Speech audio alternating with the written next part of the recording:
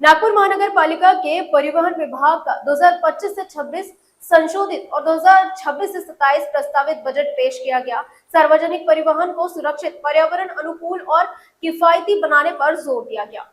नागपुर महानगर पालिका के परिवहन विभाग ने वर्ष 2025-26 का संशोधित और 2026-27 का प्रस्तावित बजट परिवहन समिति के समक्ष प्रस्तुत किया।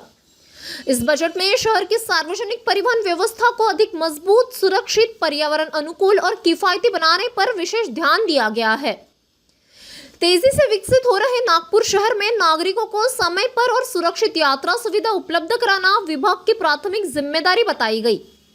इसके लिए लगातार नई योजनाएं और सुधार लागू किए जा रहे हैं ताकि अधिक से अधिक नागरिक सार्वजनिक परिवहन का उपयोग करें। आंकड़ों के अनुसार 2025-26 के संशोधित बजट में कुल आय लगभग 418.40 करोड़ रुपए और खर्च 417.90 करोड़ रुपए रहने का अनुमान है।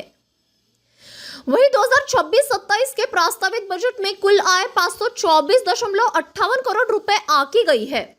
प्रशासनाने 524.58 कोटी रुपयाचा बजेट आज आम्हाला दिलेला आहे आणि आम्ही हा बजेट दुरुस्तीसह स्थायी समितीकडे मंजूर सुद्धा केलेला आहे।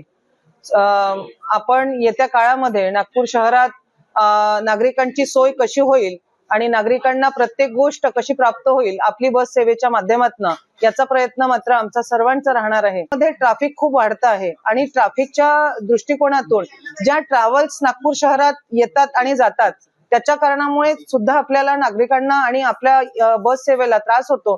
तर मला असं वाटते की त्या ट्रॅव्हल्स जर आपल्या नागपूरच्या हद्दीच्या बाहेर राहतील आणि आपली बस सेवा त्या ट्रॅव्हल्सला सेवा देतील म्हणजे जेणेकरून आपली आणखी इन्कम वाढण्याचा प्रयत्न मात्र आमचा राहील असा सुद्धा आमचा प्रयत्न आहे। दुसरा विषय डेपो डेव्हलपमेंटचे झाले शौचालय आणि तिथे होल्डिंग्स उभारून आपण चांगल्यात चांगलं इन्कम कसं कमवता येईल याचा सुद्धा प्रयत्न मात्र समितीचा राहील।